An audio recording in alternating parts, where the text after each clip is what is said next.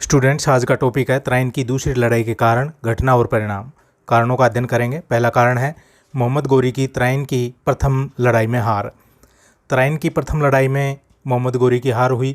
मुश्किल से उसे जान बचाकर भागना पड़ा और अपनी उस हार को मोहम्मद गोरी भूल नहीं पाया। अब उसने अपनी सेना को पुनः संगठित किया और अपने आप को अनुशासित किया। वह तराइन के प्रथम युद्ध में हार के बाद अपमानित महसूस कर रहा था। वह इस अपमान का बदला लेना चाहता था और अपनी इस हार पर उसने विचार विमर्श किया। नेक्स्ट कारण है युद्ध के बाद की स्थिति। 1191 के प्रथम लड़ाई के बाद उभरने वाली परिस्थितियों ने तराइन की दूसरी लड़ाई की भूमिका तैयार कर दी। इस विजय के बाद पृथ्वीराज तृतीय की प्रसिद्धि चारों ओर फैल गई। चौहान शासक और उसकी सेना खुशी के मौके पर रंगरलियां मनाने में मशगूल हो गए। सेना और शासक दोनों अति आत्मविश्वास के शिकार हो गए।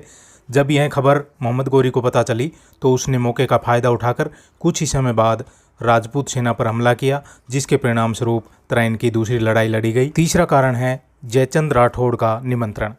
तराइन की प्रथम लड़ाई में पृथ्वीराज चौहान की जीत के कारण उसका मान सम्मान बढ़ गया, जिसे जयचंद राठौड़ सहन नहीं कर सका, जो कन्नौज का शासक था। उसकी शत्रुता का कारण जयचंद की पुत्री संयोगिता भी थी। जयचंद ने अपनी पुत्री संयोगिता का स्वयंवर किया, जिसमें पृथ्वीराज तृतीय को जानबूझकर नहीं बुलाया। पृथ्वीराज तृतीय स्वयंवर से संयोगिता को भरी सभा के सामने उठाकर ले गया और उससे विवाह कर लिया। जयचंद भी इस अपमान का बदला लेना चाहता था। चौथा कारण है ताबर हिंद की विजय। मोहम्मद गोरी के अधीन एक सैनिक टुकड़ी 1189 ईस्वी से ताबर हिंद की सुरक्षा कर रही थी। 1191 की तराइन लड़ाई के बाद राजपूत सेना ने ताबर हिंद पर हमला कर दिया और इसे जीत लिया, इस पर अधिकार कर लिया। गोरी ने इसे अपना अपमान समझा, जिस कारण तराइन की लड़ाई आवश्यक हो गई। पांचवा कारण है पृथ्वीराज तृतीय का अति आत्मविश्वास। पृथ्वीराज चौहान ने बेशक मोहम्मद गोरी को तराइन की प्रथम लड़ाई में हरा दिया था, लेकिन उसके मन में बार बार यह बात चुभ रही थी कि उसके पास मोहम्मद गोरी को पूरी तरह से हराने का अवसर था, परंतु उसने उसका लाभ नहीं उठाया। वह अपनी भूल को किसी भी तरह से सुधारना चाहता था। उसे अति आत्मविश्वास हो गया था कि वह जब चाहे मोहम्मद गोरी को परास्त कर सकता है। उसने सैनिक तैयारियों पर ध्यान नहीं दिया। तराइन की दूसरी लड़ाई वास्तव में दो महान शासकों की अति महत्वाकांक्षा का परिणाम मात्र थी। अब है तराइन की दूसरी लड़ाई की घटनाएं। गजनी के सुल्तान मोहम्मद गोरी ने सभी तैयारियां पूरी करने के बाद 1192 ईस्वी में भारत पर हमला किया। मोहम्मद गोरी लगभग 1,20,000 की घुड़सवार सैनिकों के साथ तराइन के मैदान में आ गया। पृथ्वीराज चौहान भी एक विशाल सेना के साथ उसका मुकाबला करने के लिए तराइन के मैदान में पहुंच गया। फरिश्ता ने राजपूत सेना की संख्या 3 लाख घुड़सवार सैनिक बताई है। मिनहाज उस सिराज ने मोहम्मद गोरी की सेना की संख्या 1,30,000 सैनिक बताई है। लगभग 150 सामंतों ने पृथ्वीराज के पक्ष में युद्ध किया। झांसी के गवर्नर गोविंद राय ने तराइन के दोनों युद्धों में पृथ्वीराज चौहान का साथ दिया और वीरता से लड़ा। राजपूत सेना की ओर से गोविंद राय अग्रिम सेना के दस्ते का नेतृत्व कर रहा था। भोला बाएं पक्ष का, बदमशाह रावल दाएं पक्ष का, और इन सब के पीछे स्वयं पृथ्वीराज चौहान थे। मोहम्मद गोरी की सेना में खरबाग खां अग्रिम दस्ते का, उल्लाह दाएं पक्ष का, मुकलवा बाएं पक्ष का और सेनापति खमेल केंद्र में रहकर संपूर्ण सेना का संचालन कर रहा था। मोहम्मद गोरी स्वयं घुड़सवार सेना के घेरे में युद्ध की परिस्थितियों का आकलन कर रहा था। तराइन की दूसरी लड़ाई कूटनीतिक तरीके से शुरू हुई।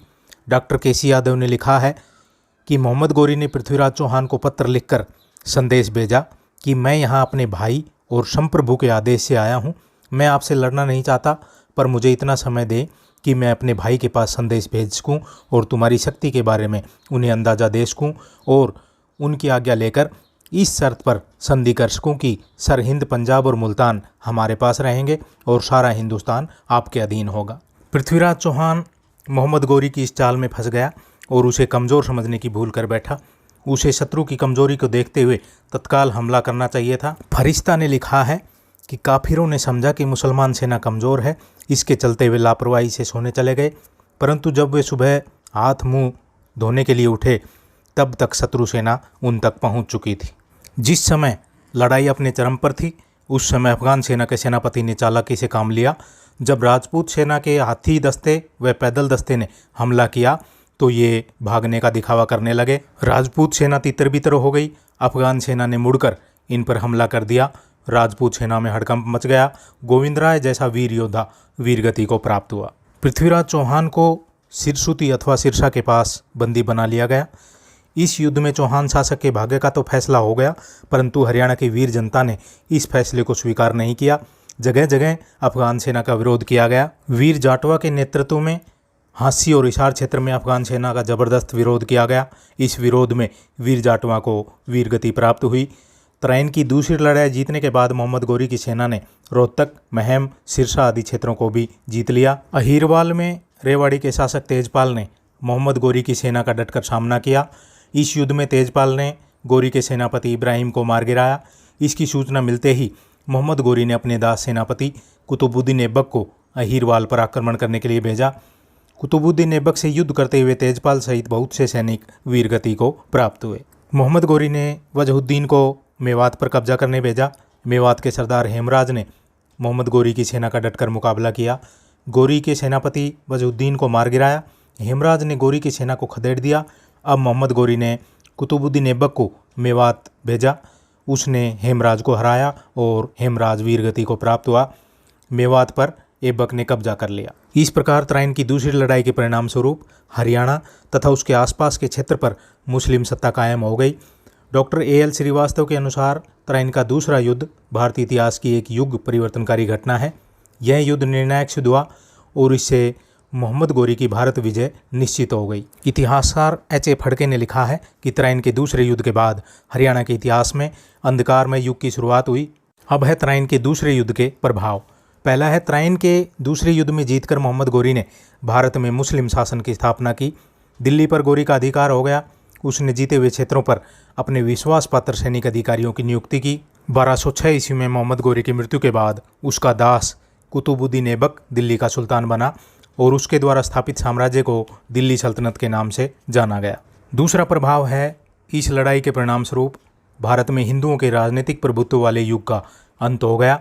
भारत धीरे धीरे मुस्लिम राजनीतिक प्रभुत्व के अधीन हो गया। इस लड़ाई में भारत के साथ हिंदुत्व सत्ता भी हार गई। तीसरा है, इस लड़ाई के परिणाम स्वरूप राजपूत शासकों की शक्ति कमजोर पड़ गई और वे दोबारा सत्ता प्राप्त करने के लिए छटपटाते रहे। चौथा है, इस लड़ाई से घुड़सवार सेना का महत्व बढ़ गया।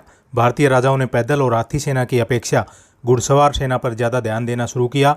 सामंती सेना की अपेक्षा स्थायी सेना को अधिक महत्व दिया जाने लगा। पांचवा है, इस लड़ाई में हार के बाद हांसी, हिसार, अहीरवाल, मेवात युद्धों में हरियाणा के बहुत से वीर सैनिक मारे गए। धन संपत्ति की हानि हुई।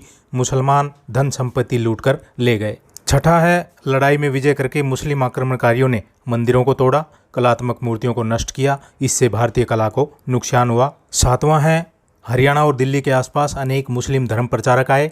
इन्होंने इस्लाम धर्म का प्रचार किया। लोगों को लालच देकर अथवा तलवार के बल पर इस्लाम धर्म कबूल करने को मजबूर किया। तो स्टूडेंट्स, ये थे तराइन के दूसरी लड़ाई के कारण, घटना और परिणाम, जो भी ये 4th सेम के लिए उपयोगी हैं। ज़्यादा से ज़्यादा स्टूडेंट्स को शेयर करें। Thank you.